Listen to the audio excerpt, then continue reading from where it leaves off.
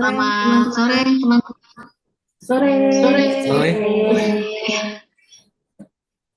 Oke, kami ucapkan banyak terima kasih atas kehadirannya di acara komunitas Red Forex Hub pada kesempatan dan waktunya yang mulia. Kami ucapkan terima kasih kepada Bapak Agus Prianto selaku sebagai mentor dan narasumber hari ini, serta Ibu Natasha Insyani selaku Head Departemen Sosial Media dan Pada Nubudianto selaku PI Departemen Sosial Media dan kemudian dengan para pihak yang sudah membantu pelancaran acara webinar kita sore ini. Baik, kemudian hari ini adalah hari Rabu tanggal 16 Juli 2025. Perkenalkan saya host acara sebagai host acara dan salah satu member dari komunitas Red Forex Hub-nya. Selamat datang bagi para nasabah dan Trade Forex Hub-nya yang lainnya yang baru bergabung di acara komunitas trade kita hari ini. Kemudian saya ingin menjelaskan terlebih dahulu. Jadi kami adalah komunitas yang bermitra dengan broker lokal, investama berjangka. Yang memberikan support trading untuk para trader pemula di trading. Perusahaan Okta Investama Berjangka menjalankan kegiatan usaha di perdagangan berjangka komoditi secara online. Juga menyediakan berbagai produk investasi meliputi forex, metal, futures, dan single stock US. Okta Investama Berjangka itu sendiri memiliki banyak fasilitas promo dan menyediakan banyak fitur untuk sahabat trader semuanya untuk melakukan trader dengan tenang, nyaman, dan aman, serta dapat meningkatkan investasinya. Sebagai pialang yang berkompeten, Okta Investama Berjangka juga telah memiliki izin dari Bapepti, ECDX, dan ICH, OJK, dan AS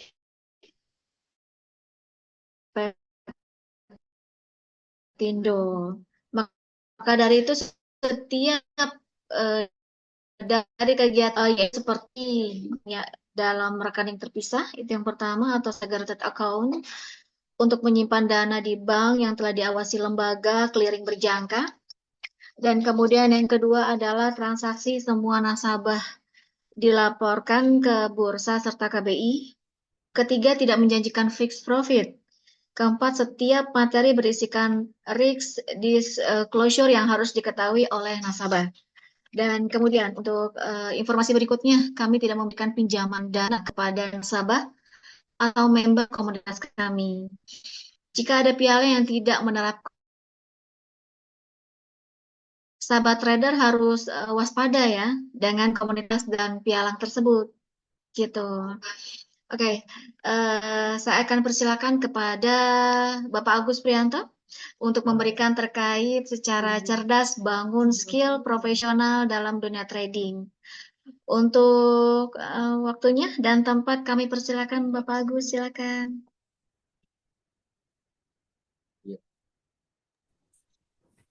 Terima kasih banyak. Sebelumnya silakan. Terima kasih bagi yang sudah hadir. Saya coba ucapkan dulu karena kan pada semuanya Assalamualaikum warahmatullahi wabarakatuh. Selamat sore. Nah, di sore hari ini kita coba akan membahas bagaimana sih menjadi seorang trader yang profesional. Karena kan banyak orang menyatakan di sana saya sebagai seorang trader, tapi pada kenyataannya bahwa mereka tidak bisa menjadi seorang trader yang profesional. Nah, kendala-kendala ini biasanya dialami oleh para trader baik yang masih baru ataupun yang sudah cukup lama berkecimpung di dunia ini. Karena untuk menjadi seorang trader itu ada tahapan-tahapannya. Nah, kalau yang ngaku-ngaku trader itu pasti banyak. Tapi kalau seorang trader yang bisa benar-benar menghasilkan, bisa bisa menjadi sebagai itu boleh dibilang nggak terlalu banyak. Gitu. Nah, di sini kita akan coba bahas kan bagaimana kita bisa menjadi seorang trader yang profesional. Gitu. Nah, saya coba akan share screen, gitu kan.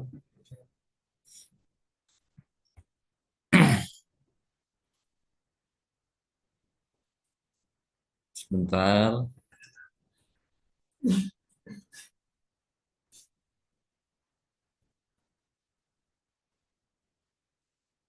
Oh, belum bisa share screen ya, saya. Tadi belum bisa.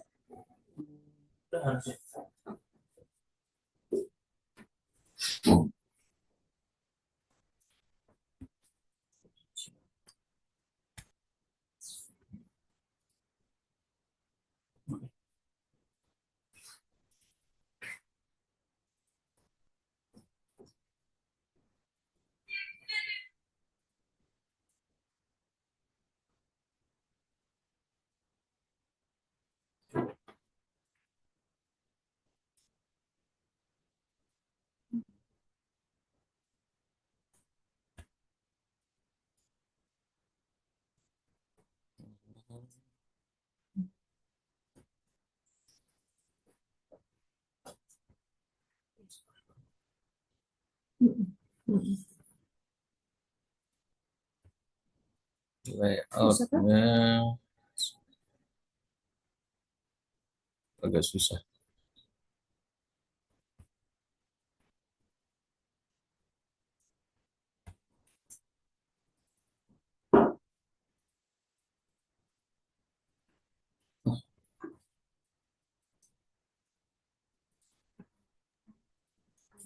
Oke, terima kasih para peserta yang sudah masuk ya. Sembari sekalian nanti para maaf untuk mentor kami Pak Agus sedang mempersiapkan untuk materinya.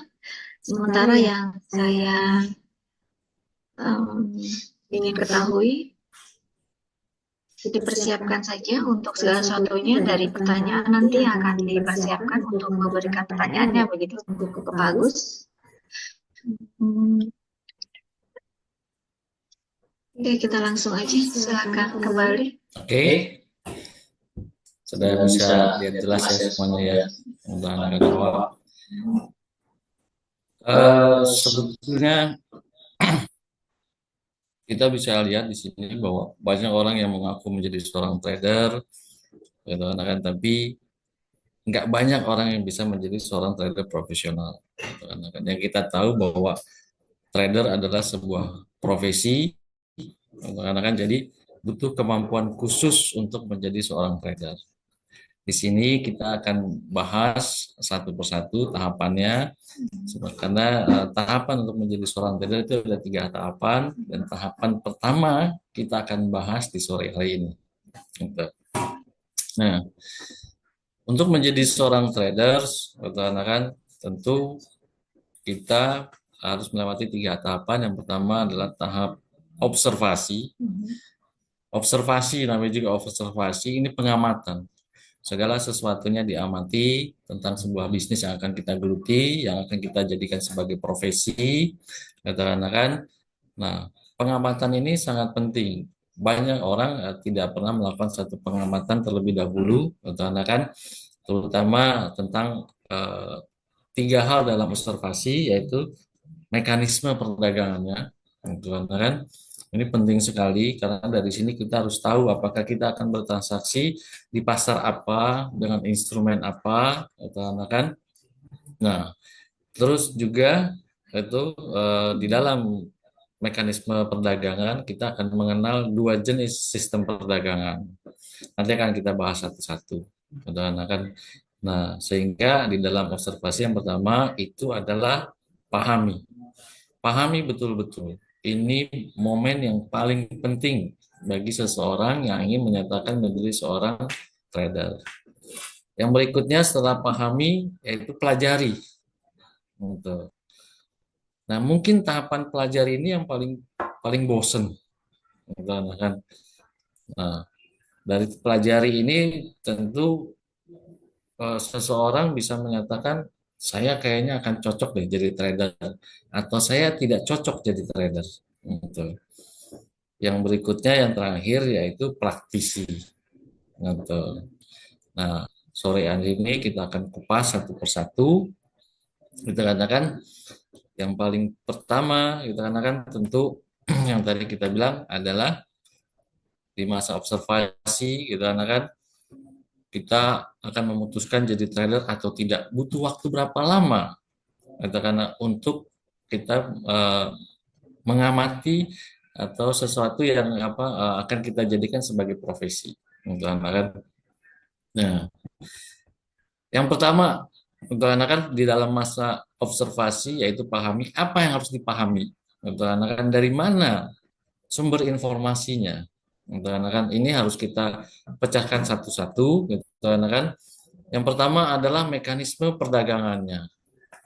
Ini di dalam masa observasi ada dua jenis perdagangan. Yang pertama itu adalah multilateral dan bilateral. Kalau multilateral, jelas ini banyak pihak, regulator sebagai penyelenggaranya. Bilateral hanya terjadi ada dua pihak.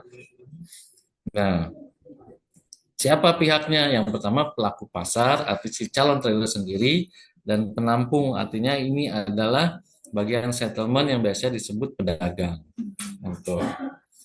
Nah, dari sini kita harus cari tahu apa kelebihan dari multilateral, apa kelebihan dari bilateral. Yang paling mudah kita kenali bahwa multilateral itu pasti adalah produk dari sebuah bursa dan sifatnya regional. Jadi tidak mungkin ada sebuah produk bursa itu dijual di luar regional, artinya menjadi internasional itu tidak mungkin. Kan contoh kayak bursa efek, kan. Nah, efeknya tidak mungkin diperdagangkan di luar negeri. Bilateral, kan ini adalah produk di luar bursa, yang atau biasa disebut adalah sebagai OTC atau juga konsorsium, kan. Nah, yang menjadi penampung atau pedagangnya itu juga harus di bawah naungan sebuah otorisasi dari setiap negara. Nah, di masa observasi ini, dalam pahami mekanisme perdagangan, kita harus menentukan apakah kita akan di multilateral atau kita akan di bilateral. Dua-duanya punya nilai plus, punya nilai minus. Atau akan cari tahu apa plusnya, apa minusnya, pertimbangkan, baru menentukan sebuah sikapnya. Nah, yang kedua adalah aspek legalitas. Nah, ini sangat penting. Akan memahami pentingnya legalitas perdagangan tentu akan menjamin kelancaran aktivitas kita bertransaksi, menjamin keamanan kita bertransaksi, keabsahan, akan. Nah, di dalam legalitas perdagangan, contoh seperti Indonesia, kan, atau biasanya yang diperdagangkan di Indonesia tentang bilateral. Apa produknya bilateral? Biasanya disebut derivatif, ada forex, ada gold, kan, dan lain sebagainya. Itu berarti legalitasnya kemana? Kan, siapa pedagangnya? Terus tunduk di bawah otoritas apa? Nah, ini penting, kan. Semuanya harus kita cari tahu. Berarti yang mengeluarkan sumber informasi ini adalah pihak pemerintah. Kan. Nah, jadi kita harus tahu, tetapi yang perlu kita juga tahu bahwa legalitas di sebuah negara tidak menjamin legalitas itu berlaku kepada seluruh dunia. Tentu setiap negara punya legalitasnya masing-masing. Nah, dari aspek legalitas, kan kita akan mengambil satu yang namanya profil risiko. Sebagai calon trader, kita harus paham terhadap profil risiko. Risiko apa? Risiko yang terjadi akibat aktivitas transaksi. Saya ulangi lagi, kan risiko yang terjadi akibat aktivitas transaksi, yaitu apa? Pertama yang pasti kerugian. Kan berapa besar kerugian kita kalau kita akan bertransaksi di pasar pasar bilateral atau pasar multilateral.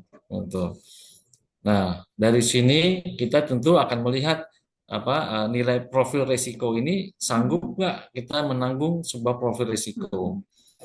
Nah, namanya sebuah resiko karena kan dalam dunia kita sebut aja dunia trading, resiko itu sesuatu yang nggak bisa kita hindari. Tapi resiko ini adalah sesuatu yang bisa kita minimalis. Nah, karena sifatnya bisa kita minimalis, tidak bisa kita hindari, maka yang paling penting adalah kemampuan memanage sebuah risiko. Gitu. Nah, kalau sudah sampai dengan begini, gitu kan kita bisa mencari tahu, gitu kan bahwa profil risiko mana yang sesuai dengan diri kita sendiri. Gitu kan. Nah, pasar modal, pasar aset, gitu kan sudah otomatis secara profil risiko itu lebih rendah, sehingga pasar berjangka atau non tunai, gitu kan, seperti tadi kayak forex itu pasti risikonya, profil risikonya lebih tinggi. Tapi juga harus ingat ya bahwa semakin tinggi risikonya, maka segaris lurus dengan nilai peluangnya. Gitu. Nah, jadi seperti itu, gitu kan. Nah, sudah terhadap sebuah profil risiko, gitu kan, kita juga masuk ke dalam tahapan yang kedua, yaitu pelajari. Gitu kan, kita ingin jadi trader, ada nggak sih ilmunya? Ada disiplin keilmuannya, gitu kan, adakah lembaga pendidikannya, adakah gelar akademiknya? Pernah nggak dengar sarjana trader? Nggak pernah. Gitu kan, pernah nggak ada insinyur technical analysis? Gitu kan, juga nggak pernah. Gitu kan. Nah, sehingga gitu kan kita harus cari tahu, gitu kan. Nah, yang paling pertama gitu kan bahwa trading adalah sebuah aktivitas perdagangan. Namanya aktivitas berarti harus ada keilmuannya, harus ada kemampuannya. Yang dipelajari apa sih? Yaitu arah pergerakan harga. Ilmunya apa? Analisis pergerakan harga. Nah, ini yang paling penting. Kan? Nah, sebagai seorang trader itu harus mampu punya kemampuan khusus untuk menganalisis atau memprediksi atau membuat proyeksi pergerakan harga. Itu memang kebanyakan orang banyak gampang bilangnya ya kalau nggak naik ya turun, gitu kan. Tapi pertanyaan yang paling sulit, kapan dia akan naik, kapan dia akan turun, apa tindakan kita dia naik, apa tindakannya ketika dia akan turun. Itu. Nah, jadi secara pendidikan memang, gitu kan keilmuan ini tidak ada disiplin ilmunya, gitu kan. Jadi tidak akan ada gelar akademiknya, gitu kan. Tapi gitu kan kita punya kemampuan khusus, gitu kan yang bisa kita sertifikasi, gitu. Nah, ini sangat penting tentunya. Nah, setelah kita tahu bahwa oh ini ada kemampuan khusus, kita bisa pelajari, gitu kan ada cara belajarnya. Lantas di mana saya harus belajar? Ini yang paling krusial nih biasanya di Indonesia nih. Di mana saya harus belajar? Kan. Terus kalau saya bisa belajar di sebuah tempat, gitu kan, berapa biayanya? Gitu. Nah, jadi seorang trader baru calon ini baru calon trader, dia harus cari tahu, gitu kan adakah lembaga pendidikan di sini? Adakah lembaga kursusnya? Gitu kan. Kalau tidak ada bagaimana? Gitu kan. Nah, jadi orang-orang yang ingin menjadi trader, gitu kan harus cari tahu, gitu kan tempat belajarnya. Biasanya karena kan di setiap negara itu ada lembaga kursus, gitu kan. Gitu. Nah, di lembaga-lembaga kursus inilah kita akan melakukan masa di mana kita akan belajar macam-macam. Yang saya kasih contoh di sini adalah kursus technical analysis. Kalau tidak ada pun, gitu kan kita akan melakukan apa? Aku kan mengikuti seminar-seminar berbayar.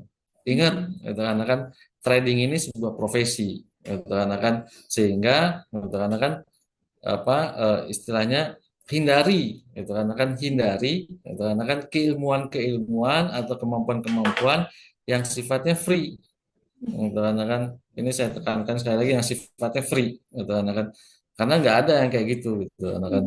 Nah, jadi kalau kita berbicara kursus technical analysis pasti berbayar. gitu kan dimanapun, karena saya juga waktu saya kursus juga saya bayar, gitu kan untuk apalagi gitu, jangan kita pernah belajar ngaku cuma trader aja, saya trading loh, gitu kan oh iya iya saya bisa belajar nggak bisa, gitu kan berapa biayanya, gratis, gitu. Itu cukup quote and quote itu harus apa waspada gitu kan yang memang kita nggak boleh curiga tapi waspada kan itu kan penting, gitu. Nah, jadi dari sini kita bisa tahu bahwa sebuah keilmuannya ada. Nah, sekarang bagaimana bisa menilai bahwa lembaga pendidikan tersebut atau kursus itu bagus? Yang paling penting adalah lihat kurikulumnya. Karena kan kurikulumnya apa? Apa yang diajarkan? Karena kan dari technical analysis. Karena kan saya coba akan kasih tahu bahwa bagian dari technical analysis itu adalah ada dua. Katakanlah yang pertama, technical analysis berdasarkan metode empiris, artinya bahwa metode empiris ini mereka sudah melakukan sebuah uji coba, sebuah pembuktian. Karena kan makanya biasanya technical yang akan diberikan sifatnya adalah customized. Karena kan yang kedua, technical analysis yang berbasis kepada pattern atau pola. Karena kan nah, ini biasanya kita yang sering kita sebut adalah kayak Elliott Wave kayak gitu kan. Nah, jadi ketika kita lihat sebuah lembaga pendidikan, kita tanya dia bagian yang mana dari dua kurikulum ini? Oh, metodenya empiris, gitu kan. Itu biasanya mereka customize dan sifatnya lebih banyak kepada matematis. Gitu. Jadi kalau kita kuat di hitungan, kita senang matematik, kita boleh pilih itu. Lihat kurikulumnya. Gitu. Tapi kalau kita juga nggak terlalu senang matematik dengan angka-angka, masuk yang kepada pola grafik. Gitu. Nah ini, nah setelah itu, gitu, anak kan belajar selesai dari situ, apakah ada gelar akademiknya? Nggak ada, gitu, kan. Jadi jangan jangan apa, jangan berpikir bahwa nanti oh saya akan jadi insinyur trading gitu kan, insinyur technical analysis atau sarjana technical analysis nggak ada. Kan tapi ada lembaga sertifikasi profesinya. Kan setelah kita belajar, setelah kita lulus gitu kan tanya sama lembaga kursusnya, di mana saya bisa menguji sertifikasinya, kan kemampuan saya, kan untuk jadi eh, kalau kita berbicara seperti itu, kan berarti bagaimana cara menguji kemampuan saya untuk mendapatkan sertifikasi. Itu. Contoh kayak International Technical Analysis Association. Atau di situ kita bisa mengajukan itu kan atau di Indonesia juga ada itu kan. Nah, sehingga keilmuan kita atau kemampuan kita itu sudah tersertifikasi itu. Nah, selanjutnya tentu itu kan yang paling kita lihat adalah terakhir di dalam masa observasi adalah praktisi. Kebanyakan orang berpikir bahwa praktisi ini kita harus praktek. Bukan, ingat ini dalam masa observasi. Karena kan yang kita di dalam masa observasi, yang praktisi yang dimaksud di sini, kalau saya sudah punya kemampuannya, ilmu saya sudah punya, karena kan, terus saya akan aplikasikannya kemana? Karena kan, saya akan aplikasikannya kemana? Sektor pekerjaannya apa? Sumber pendapatannya bagaimana? Kan? Apakah jadi seorang trader bisa meningkatkan taraf hidup kita? Karena kan ini harus kita lihat lagi, kita harus pahami lagi, gitu kan. Yang pertama sektor pekerjaan, karena kan kita akan bekerja di mana? Kalau kita sudah punya kemampuan ini, sudah punya keilmuan ini. Yang paling pertama sebagai seorang trader yang sudah tersertifikasi, kita bisa bekerja di sebuah perusahaan. Karena kan bisa perusahaan aset manajemen atau sekuritas atau brokerage, gitu kan banyak di Indonesia. Karena kan menjadi apa? Karena kan kalau menjadi apanya bisa macam-macam, gitu kan. Tapi kalau kita punya kemampuan analisa, kita bisa jadi seorang analis, gitu kan. Kita bisa juga menjadi seorang apa istilahnya kita bisa menjadi seorang marketing, gitu kan di perusahaan broker, gitu kan tapi marketing yang sudah teredukasi dengan baik, gitu kan. Atau kalau kita tidak ingin bekerja di sebuah perusahaan, kita bisa menjadi seorang individual trader, gitu. Nah ini yang biasanya sering rame nih, trading for living lah, gitu kan, full time trader segala macam, gitu kan. Untuk, nah, jadi dua hal seperti ini atau dua bidang seperti ini itu bisa kita jadikan sebuah pilihan. Tapi di dalam masa observasi sebetulnya kita sudah harus memilih apakah kita akan berkarir di sebuah perusahaan atau kita menjadi individual trader. Katakan dua-duanya pilihan yang cukup baik. Katakan tetap ada plus minusnya. Katakan bekerja di sebuah perusahaan tentu kita harus mengacu kepada apa strategi perusahaan, peraturan perusahaan segala macam. Menjadi individual trader lebih fleksibel waktunya, gitu kan lebih banyak orang lebih enak gitu kan itu. Tapi ya ingat gitu kan kalau kita bekerja di sebuah perusahaan berarti kita mempunyai satu basic salary yang akan kita terima, gitu kan kalau jadi individual ya kita income-nya pasti dari profit. Itu. Nah, ini baru yang kita sebut namanya sebagai tahap observasi. Gitu kan. Nah, saya akan memberikan sebuah contoh misalnya, kalau kita sudah punya keilmuan seperti ini atau kemampuan seperti ini. Nah, kalau kita bekerja di sebuah perusahaan, misalnya sebuah perusahaan aset manajemen, kita harus tahu nih, yang dimaksud perusahaan aset manajemen ini seperti apa sih? Gitu kan. Nah, kalau saya lihat, gitu kan saya pernah mengadakan satu apa ya, riset lah gitu kan bahwa seseorang yang bisa masuk ke dalam perusahaan aset manajemen itu mempunyai salary untuk entry level 10 sampai 20 juta. Tapi tentu tiap-tiap perusahaan beda gitu kan. Tapi kalau kita masuk ke dalam perusahaan-perusahaan sekuritas atau brokerage gitu kan kita itu sebagai entry level itu bisa antara 6 sampai 12 juta. Kan. Mana yang mau kita pilih silakan gitu kan. Tentu perusahaan aset manajemen kualifikasinya lebih apa ya lebih sulit gitu kan sementara kalau untuk perusahaan brokerage mungkin kualifikasinya masih kita bisa lewatin gitu. Nah sekarang untuk menjadi individual trader gitu kan sudah jelas pendapatannya dari profit trading. Pertanyaannya berapa persen kita bisa menghasilkan gitu kan profitnya setiap bulan sebagai pendapatan kita pribadi. Mungkin kalau masih single nggak terlalu mikirin itu gitu kan tapi kalau sudah rumah tangga sudah punya anak gitu kan ada yang harus kita biayai kita juga harus berpikir ke arah situ gitu kan nah jadi seperti inilah gitu kan di dalam masa observasi ingat gitu kan ini masa observasi masa menentukan apakah kita akan berkarir kan di bidang ini atau kita ingin berprofesi itu karena kan menjadi seorang trader. Gitu. Nah, yang berikutnya itu karena adalah praktisi, itu karena kan taraf hidup, itu karena kan bisa nggak sih ya, itu karena kan dengan keilmuan ini atau kemampuan ini kita bisa meningkatkan taraf hidup kita. Kadang-kadang begini, banyak orang bilang seorang trader itu kan harus kaya ya, itu kaya banget gitu karena kan bahkan kekayaannya itu bisa dianggap wah seorang trader ya iya wah sultan dong ya nggak gitu juga kali gitu karena kan pikirannya kenapa kenapa harus ke situ ingat trading ini atau trader ini sebuah profesi itu karena kan sama seperti profesi biasa aja kayak dokter insinyur segala macam seorang dokter bisa kaya nggak bisa aja seorang trader bisa kaya ya bisa aja gitu kan tapi seorang trader bisa konglomerat nggak ya pasti enggak gitu kan kenapa ya karena seorang trader kalau mau jadi konglomerat harus punya perusahaan aset manajemen. Gitu, karena kan seorang dokter bisa kaya, bisa jadi konglomerat, nggak bisa. Kalau mau jadi konglomerat, dia harus bisa punya apa? Punya klinik kecantikan, punya rumah sakit.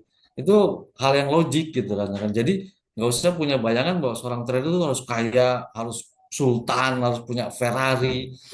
Yang kayak gini-gini ini kadang-kadang jadi penyakit di masyarakat nih. Karena kan, gitu. Nah, jadi trader bisa kaya, bisa, gitu kan. Bisa meningkatkan taraf hidup, bisa, gitu kan. Bisa jadi konglomerat, ya rezeki-rezekian, gitu kan. Kalau kita bisa punya apa feeling bisnisnya bagus, kita bisa membuat satu perusahaan ya pasti bisa, gitu kan. Jadi, tapi seorang profesi trader bisa dijadikan sebagai sumber pendapatan yang bisa mendapatkan taraf hidup yang cukup baik, gitu anak-anak. Begitu. Jadi ingat sekali lagi bahwa trader adalah sebuah profesi, gitu kan? Sebuah profesi harus punya kemampuan yang khusus, kemampuan yang baik, tersertifikasi, sehingga ini kita bisa jadikan sebagai sumber pendapatan. Untuk, nah, jadi semakin kita mempunyai kemampuan yang baik, maka apa? Semakin besar kita peluangnya untuk menjadi seorang trader yang sukses dan yang profesional. Untuk, nah, inilah yang tahap pertama, yaitu observasi.